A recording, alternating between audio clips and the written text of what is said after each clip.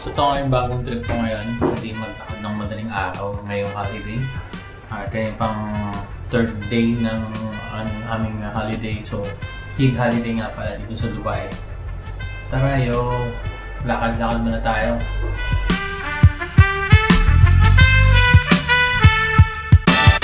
I know you like that. You wanna try that? It's like a flashback. You know, ito yung bagong trip ko, maglakad. 5 kilometers kada lakad yung target ko. So mabilis na pacing.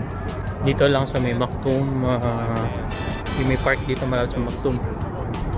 So lately, pihira na talaga ako mag-ride pagka off. Gusto ko muna maiba dahil 5 days a week bike to work. Halos lahat naman gusto kong mapuntahan, napuntahan ko naman na. Pero meron lang akong gustong balikan. Siguro yung famous mall ng Ajman. Pero sa ngayon, mga trip kong puntahan, medyo pinagpapahinga ko muna kasi nakakasawa na. Or tinatamad na ako. Pero itong walking, ito trip ko kasi na-search ko naman na mas okay to makabawas ng taba. Face na pagtakbo kasi hindi daw to masakit sa katawan, sa tuhod. Medyo marami na akong tama sa tuhod. Kaya na-enjoy ko naman tong walking na to, 5 kilometers. So ewan ko, sabi sa health account na Apple Watch ko, 500 calories. Pero sa Strava 200 calories lang. So, hindi ko alam kung alin ang tama doon. Kasi dalawa yung ina-activate ko pag naglalakad, yun sa Apple Watch at yung Strava.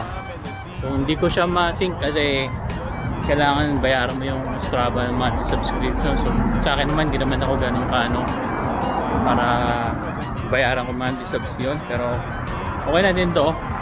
Just tatrack ko yung kilometers sa calories na estimate ko. And I want y'all to just get there. Tap your toes and clap your hands. Yun nga, medyo malungkot na masaya pag-usapan natin ngayon kasi malungkot ako kasi wala na akong DSLR. Simula nung natuto ako mag-photography, simula nung nakabili ako ng camera ko nung mga 2017. So nito lang ako as in talaga nawala ng DSLR camera. Yun yung second camera ko na tumagal sa akin, Fuji Film X-T30. 6 years din sa akin yun. So bawing-bawi naman yung ROI doon, yung puhunan ko doon. Beng-bawi kasi marami na rin naman kami pinagsamahan, marami na rin kinita. Tanggap din ako sa trabaho nang dahil doon. So bakit nga ba give up ko? Nag-upgrade ba ako or ano? Hindi ako nag-upgrade kasi lately yung bunso kong anak nahilig sa photography. Inumutan niya ako. Yung time na yun, wala pa talaga kami pambili kasi nga ang mahal ng camera sa Pilipinas, alam naman natin, di ba? Kahit sa second hand na camera, mahal pa. As a single parent, parang kaya naman natin gastusan ng mga 50k yon, pero tatlo kasi sila eh. So kung tatlo yun sila, automatic 150k. Sinakripisyo ko na lang muna ng konti. Imbes na maghanap kami ng camera na second hand doon, tapos napakaluma. So ito na ako sa park. Lakad mula ako habang nagkuha-kwentuhan tayo, yo. And the DJ spin, I want y'all to just get down. Now while the MC rhyming and the DJ cutting, I want y'all to just get down. And when the MC rhyme and the DJ spin, I want y'all to just get down. Now while the MC rhyming and the DJ cutting, I want y'all to just get down. Yun nga, naka-5 ikot din ako. Wala yung isang ikot dito sa park is 500 meters. So, 2 ikot 1 kilometer lang.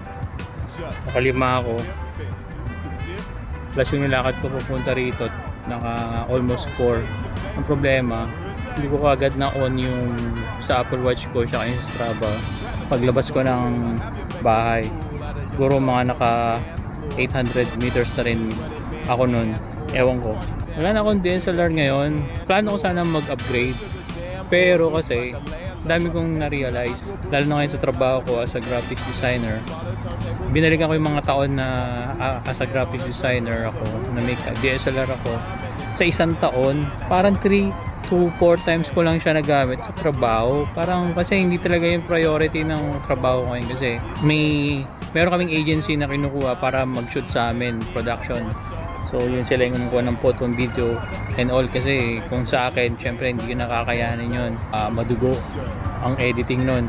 Pag kailangan namin ng mga photo materials, ng mga meron kaming agency. Nagagamit ko lang yun pag may mga racket ako or may mga okasyon ng mga kaibigan, may birthday, ganyan. Marami rin naman akong tinanggihan kasi nga ayoko kumuha ng side projects na alam kong ikaka-stress ko kasi alam ko sa trabaho stress na ako. Ngayon, pag kumuha pa ako ng side project na may bayad, naloko na, di ba? Tinanggihan ko rin. Siguro may mga kinuha lang ako mga lately, December, nung December lang, family photo. Tapos yun, wala na. Kaya sabi ko, meron naman akong naipon kahit konti na capable naman makabili pero hindi siya uubra kasi ang gusto ko sanang bilhin is yung FX30 o kaya yung A6700. Alin sa dalawa na yun.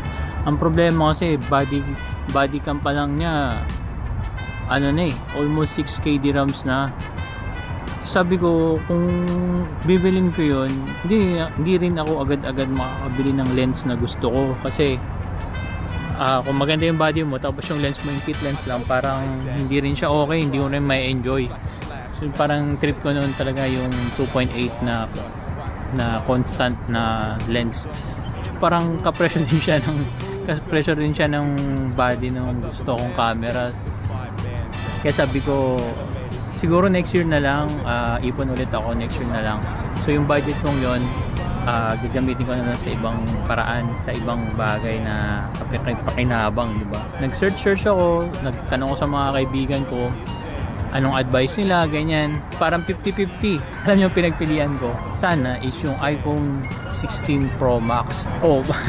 Di ba? Ang tataka kayo bakit iPhone 16 Pro Max? Kasi pinanood ko yung mga review niya. Una to sa mga camera, mobile phone camera, video na capable mag-shoot ng 10-bit 422 yung Apple lag.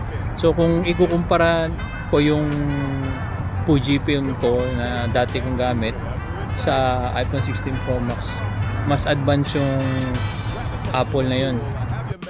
Yung Fujifilm ko, even though meron siyang lag profile, bali lag profile lang siya kumbaga sa Canon, para siyang picture profile lang, pero hindi siya capable ng 10-bit, 8-bit 8-bit lang siya, meaning pag kinolograde mo hindi siya ganong ka-rich yung kulay, hindi siya ganong kalalim, hindi katulad ng Apple lag na 422 10-bit, parang wow grabe yun. Tapos nakapag 4K pa siya ng 60 frames per second ang to 120, pero ang presyo naman halos kasing mahal din ng DSLR camera.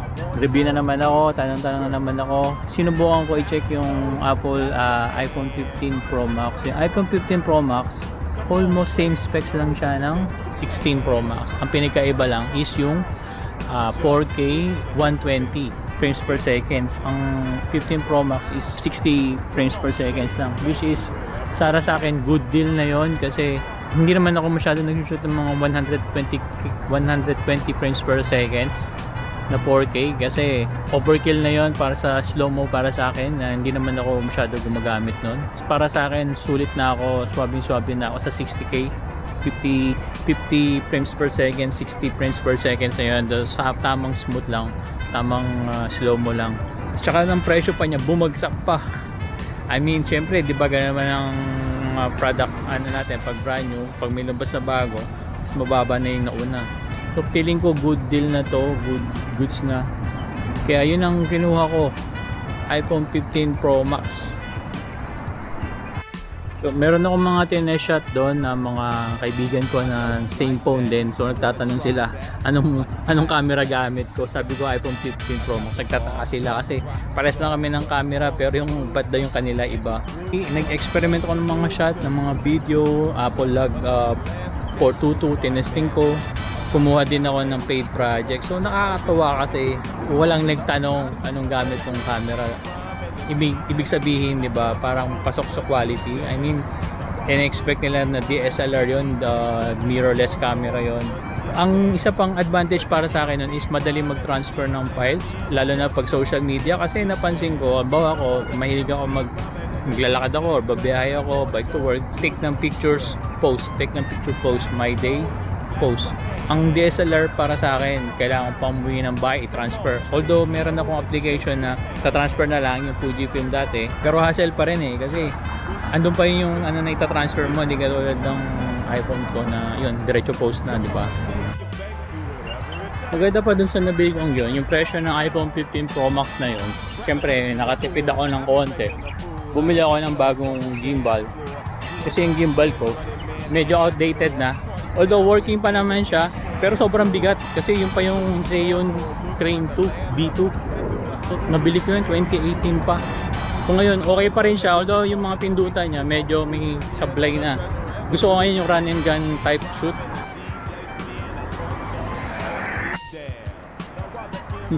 Nakita ko lang yung kay Brandon Lee. Ganun lang niya yung DJI niya. Ang galing diba? Akala ko ganun lang kadali. Speaking of, gamit kong pang vlog is on DJI Action. Hindi ko alam kung anong version to. Nabili ko lang sa marketplace. Tingin ko 1 lang to, pero ang gusto ko lang din dito may Cinelag, tsaka super stable. Ang ganda. Ayan, dito tayo sa Maktum yung tunnel. So yun nga, bumili rin ako ng gimbal na yun, sa yun M3S. So maliit lang siya, tapos kulay puti. Kasi nga, maganda kasi doon, almost the same weight din siya, na 1.2 kilograms yung kaya mong iset doon. Tama ba? 1.2. Kung sakasakali man na bumili ako ng DSLR camera, small body rin siya, mirrorless, saka yung lens. So okay pa rin siya, magagamit ko pa rin siya. Yun lang. So win-win, di ba?